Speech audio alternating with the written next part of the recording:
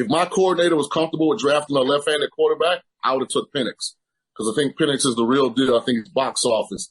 But knowing football how I do, you have to have a coordinator that's comfortable with that because a lot of these guys have only coordinated from an orthodox prism. Like all their quarterbacks have been right-handed. So, I mean, to bring a lefty in, that means they have to have some mental, like, maneuverability themselves because in crucial situations, that bootleg has to be the opposite of what it's always been. That rollout has to be left instead of right. Like, there's some things, where guys get a little uncomfortable with that. But I thought trading down would have been great value. That's a great point on the left-handed quarterbacks. I remember when Tua was breaking out with Mike McDaniel, there was somebody on Twitter who did it somehow on video, made it look like he was right-handed on all of his throws. Yeah. And it looks like an absolute machine at quarterback. It's just visually, it's so much easier on the eyes to see a right-handed quarterback than a left-handed quarterback. And the ball does come out different, but Penix, why do you love Penix? This was a quarterback that was the story of the draft, especially with who took him. Well, I recruited Penix. I've known him for a while. I was a quarterback coach at South Florida. And this is how I found out about coordinators being uncomfortable. Our quarterback at the time, Sterling Gilbert, did not want a left-handed quarterback. And I was yelling from every platform we had available at the Leroy Selman Center, this is the best player in the state of Florida. That's how highly I thought of Penix coming out of Tampa Bay Tech. And, my head coach was on board, but my OC wasn't. And ultimately, we lost out to Indiana. And I've known how talented that kid is. I watched him play basketball. I watched him play football for 3 years. And the only reason that he wasn't more well-known at Indiana is because he kept getting injured. I think he tore his ACL twice. I think he had a shoulder. So he spent a lot of time rehabbing.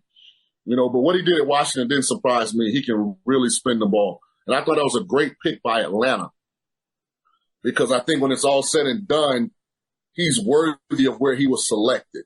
It's sort of like Green Bay took Aaron Rodgers, but they had Brett Favre. Kansas City drafted Patrick Mahomes, but they had Alex Smith.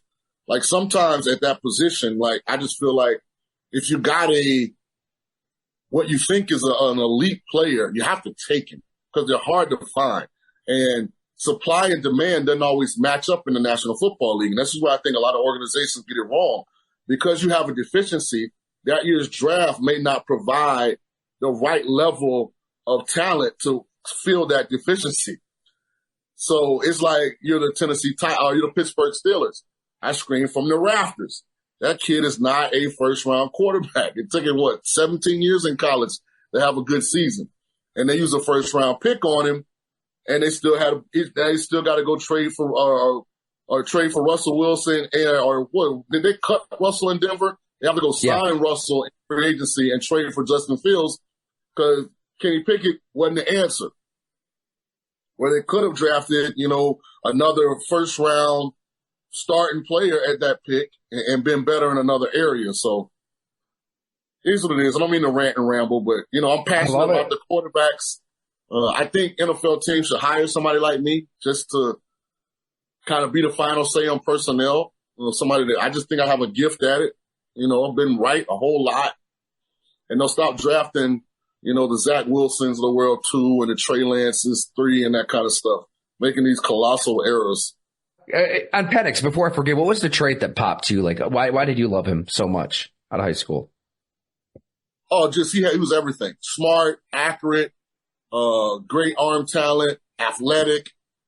The teammates loved him. The coaching staff loved him. The administration loved him. Because I was the kind of recruiter, like I'm going to the school. I'm walking through the hallways, I'm asking the cafeteria person because I want to know what we're bringing into the program. And I don't think unless you get the opinions of a lot of people. And then you kind of have to, measure that against what personally of said person and then come up with what you think is the best conclusion. So people loved him. Humble kid, great family. Shout out to Mr. and Mrs. Penix. I mean, they got another son that's coming up too that I think is going to be pretty darn good. So, I've always seen greatness in that kid.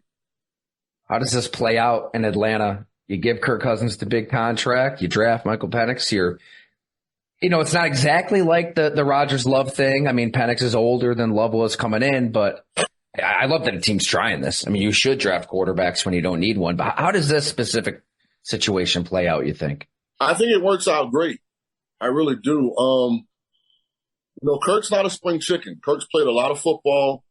For the most part, he stayed injury-free, but now he is coming off of a significant, lower. What exactly was Kirk's injury? What was it? Torn Achilles. Achilles. So for a guy that's already kind of immobile in a lot of ways, tearing your Achilles at his age doesn't help. But what you did and what you needed in Atlanta was a real pro on the offensive side of the ball.